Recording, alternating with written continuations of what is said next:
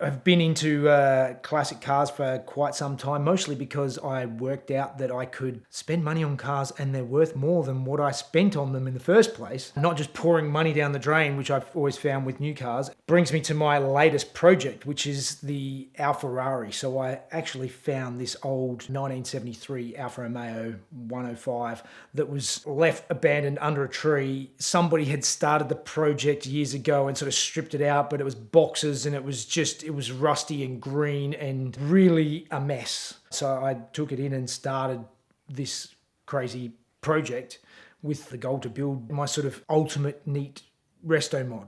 I realized long ago that building like a track car, the stripped out interior and the roll cage and all that sort of stuff, it seems like a good idea until you actually drive one of those cars, and they're noisy and uncomfortable and not really something you want to use very often, and you'll get bored and move on. Whereas I more wanted something that I can still take on a track day, but I can road trip for 8 hours and cover some ground, be comfortable and not deaf and a sweaty, broken mess by the time I get there. So I wanted to build something that had to have air conditioning and sound deadening and most of the modern amenities while still having the classic feel and just sort of the ultimate daily drivable classic car. That's really what I wanted. A fully restored Alfa would probably be quite a nice, they are a really nice car, but for me, I always like to be a bit different and stand out. And also, they're still an old car, so they still feel like an old car and they don't have the air conditioning. They're not particularly fast. They're sporty and handle really well and a really beautiful car, but they're not particularly exciting. There's lots of things that can be done to improve them, and I've just taken that to an extreme.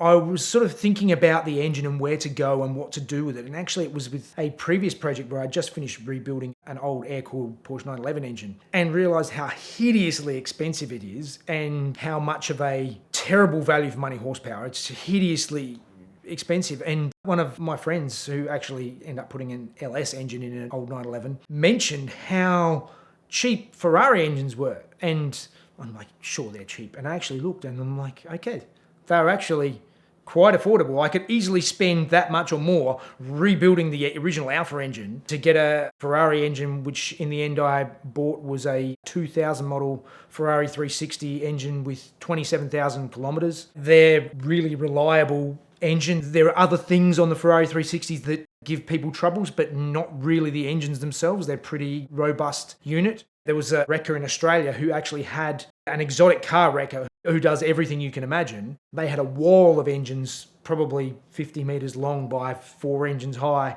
and they had 4 just 360 engines there. They had a 458 engine, a 488 engine, Lamborghini engines and Maserati engines and everything you could think of. And it was a really affordable unit. And I thought, okay, this should be a good project. Did some research and there'd been some people who had talked about doing it or doing the Maserati engine into the car.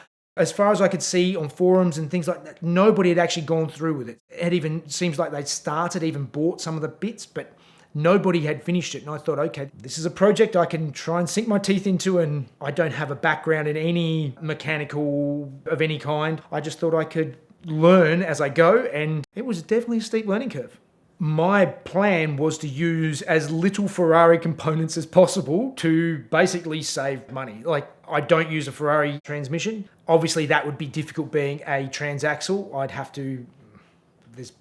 could have made the car mid-engined, but also adding a transmission added a lot of expense. Many people might know that a manual Ferrari 360 transmission is extremely expensive, and setting up the F1 system in another car would be a nightmare. So that was instantly discarded. I wanted a front engine car, and I then went on the hunt for a transmission. The criteria were for the transmission that it had to be a front engine rear wheel drive configuration, but also the starter motor needed to be mounted onto the transmission, not onto the engine, because there's no room on the Ferrari for an engine-mounted starter motor like what most American muscle cars and most cars really have. Also, I couldn't be a giant transmission because it's a tiny car. Even as it is, I had to enlarge the tunnel. If I made it any bigger, I wouldn't be able to fit my feet in the car. So I went with a Subaru BRZ transmission. It's an ASIN transmission, so they use it in like S2000s, I believe, like FDRX7s, and there's a lot of cars that I think it's similar. So it's not a super robust transmission, but the Ferrari engine is not a very torquey engine. BRZ guys running similar power with turbos will live a long time. Some are starting to break it around that power, but as I said, the torque is much higher from a turbo drift car and things like that rather than the Ferrari revving power. So it should be good.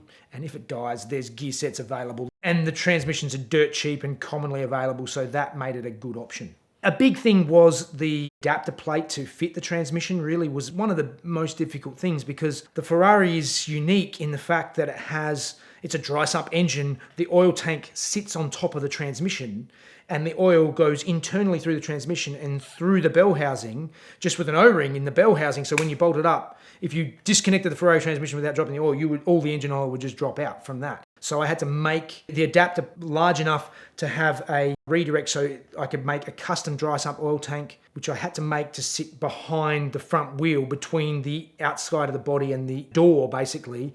I made a custom dry sump tank to fit it all in because there was no way to get the lines to the back and put it anywhere else. So everything is tight. And that really the biggest thing is fitting everything in. I have very tight polyurethane engine mounts. Basically, they're leaf spring mounts. So it's not going to move much. And I have about 10 millimeters everywhere around the engine. There is no clearance anywhere because it's not a huge engine, but it's a tiny car. So far, there's been, on my YouTube channel covering the build, I'm up to about just shy of 200 episodes.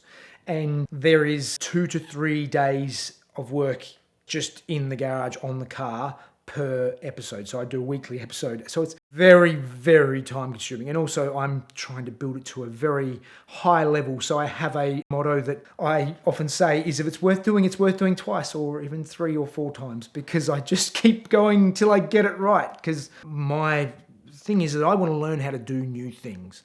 I've done every single part of the build. So I took a rusty shell and I had to cut every panel off from the B-pillars back and replace it, fix all the rust, modify the chassis to fit the engine. There wasn't a wire in the car, so I rewired the entire body of the car, and then I rewired the engine to an aftermarket link ECU. I used the factory seats, but I rebolstered the seats and then made the patterns and sewed the leather interior myself. I painted it myself in the garage. I've done every single part of this car. I know if anything goes wrong, I know everything because I've done everything on the car. I am probably about 95% done now. Only a couple of weeks before coming and having a break and coming to the US, I started the car for the first time. I was petrified, like getting to the key. It's been 4 years and has everything worked? Have I done everything right? What have I missed? Is it going to spray oil everywhere? Is the starter motor even going to engage? And when I hit the key and it burst to life, I was just so overjoyed. It was an amazing moment to actually have the car started. I haven't driven it yet, but it's only a matter of bleeding the brakes and, 1 or 2 little bits and pieces. There's no coolant in the car yet. It's plumbed. I just haven't physically poured it in and seen if there are leaks or whatever, but everything is almost ready to go to actually start and drive it. And then there's a few minor interior bits and pieces that I still have to finish off. There's the top of the center console and minor wiring things, finishing off the electric window wiring, the motors are there. That sort of little bits, but it's basically ready to go. I really want to be able to get in it and drive it from my place near Sydney in Australia to, say, South Australia for the Adelaide Rally, which is a 13-hour drive. Get there, be able to take it in the rally for 4 days and then get back in and drive it home and be comfortable the whole way. Be able to drive it daily, drive it to work, drive it wherever, and actually have it as a comfortable, usable car with air conditioning, with cruise control and electric windows. Even the rear quarter windows are electric. Everything has been modified. It's got electric power steering out of a Yaris. I had to change from a steering box to a steering rack, which is not a simple task because you have to think about bump steer and Ackerman and all of these things that I didn't know anything about and just learned as I went and made mistakes, and all of these things have come to this, what I think is a very beautiful car. I've always loved that shape and it's unique. A lot of my viewers were very upset when I didn't paint it red, but every Alfa 105 is red, and in my heart, I love color. There are two good Ferrari colors. There's red and there's fly yellow. So there was one choice to paint that car. It's fly yellow. So the Alfa Ferrari is, fly yellow, and that's what it had to be.